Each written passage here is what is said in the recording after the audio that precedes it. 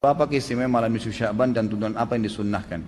Ini banyak muslimin memang yang menyalahgunakan ya dalil-dalil. Jadi mereka tidak memilah mana dalil yang sahih dan mana dalil yang lemah, apalagi hadis-hadis yang palsu. Hadis yang menjelaskan tentang masalah adanya solat di nisfu Sya'ban, solat secara khusus namanya solat nisfu Sya'ban itu tidak ada. Hadis yang palsu, maudhu' itu. Yang ada memang adalah fadilah mengerjakan solat malam di nisfu Sya'ban, solat tahajudnya. Solat tahajud seperti biasa. Tapi khusus malam nisfu Sya'ban punya fadilah.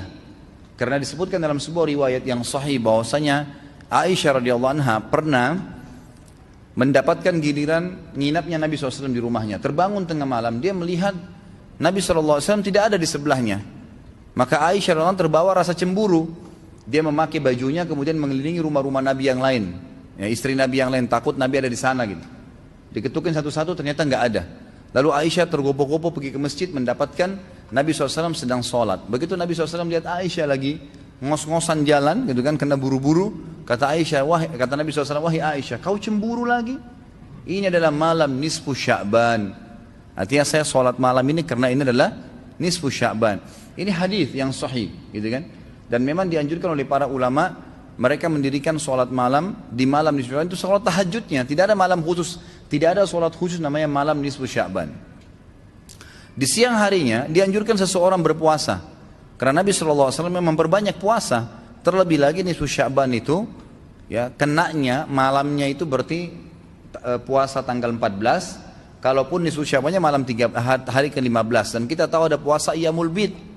Ada 13, 14 dan 15. Itu kita dianjurkan puasa 3 hari. Kan gitu. Tapi tidak diniatkan khusus puasa nisfu Sya'ban. Khusus puasa itu. Karena memang secara umum Nabi SAW puasa sebulan penuh di bulan Sya'ban. Kalau masalah membaca surah Yasin ini tidak asing lagi kalau di Indonesia. Semua harus surah Yasin. Pindah rumah Yasin, orang mati Yasin, semua Yasin. Ditanya dalilnya, tidak ada dalil, gitu kan? Hanya karena surah Yasin dikatakan jantungnya Quran. Itu pun hadis yang lemah. Karena dalam sanadnya ada orang yang pendusta, gitu kan? Tapi ini diamalkan.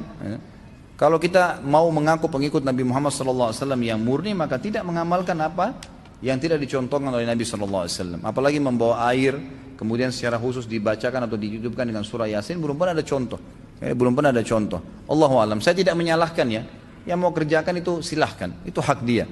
Tapi saya pribadi menyarankan, apalagi jemaah yang ikut dengan pengajian saya atau yang mendengarkan ceramah kita, murnikan ibadah kembali kepada Nabi SAW. Nabi SAW tidak menghembuskan nafas terakhir kecuali sudah mengajarkan semua yang kita butuhkan. Jadi tidak perlu ditambah. Kalau kita tambah seperti kita sedang mengatakan, maaf Rasulullah saya lebih faham daripada anda. Nabi nggak pernah baca Yasin 3 kali di malam nisfu Sya'ban, nggak apa-apa kan, bagus. Loh, Nabi mau nggak pernah lakukan. Nabi yang nerima dari langit wahyu nggak pernah lakukan, nggak apa-apa. Berarti sama saja anda bilang, maaf Rasulullah saya lebih ngerti. Kan itu. Ini keliru, nggak boleh. Kan itu. Jangan tambah-tambah agama, biarkan dalam keadaan murni. Sedangkan murni saya sudah banyak sekali yang kita bengkalekan, apalagi kalau ditambah-tambah. Gitu.